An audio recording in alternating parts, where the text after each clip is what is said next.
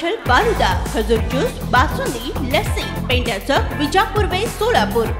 Youngster group मोदीच्या वतीने पवित्र रमजान महिन्यात उपवास असणाऱ्या म्हणजेच रोजा करणाऱ्या मुस्लिम बांधवांसाठी भव्य इफ्तार पार्टीचे आयोजन करण्यात आले होते। सर्व जाती धर्मातील लोकांनी एकत्र येत या ठिकाणी सामाजिक एकतेचा संदेश दिला। देशाचे माजी गृहमंत्री सुशीलकुमार शिंदे, राष्ट्रवादी काँग्रेस पक्ष, शरद पवार गटाचे शहराध्यक्ष सुधीर खरटमल, काँग्रेसचे अध्यक्ष चेतन नरोटे, जिल्हा कार्याध्यक्ष सुरेश हसापुरे, ज्येष्ठ नेते भारत जाधव यांच्या प्रमुख उपस्थितीत हिंदू मुस्लिम बांधवांनी एकत्र येत उपवास सोडला। आलेल्या प्रमुख पाहुण्यांच्या स्वागत यंगस्टार ग्रुपचे संस्थापक अध्यक्ष व राष्ट्रवादी युवक कार्याध्यक्ष सरफराज शेख यांनी केले।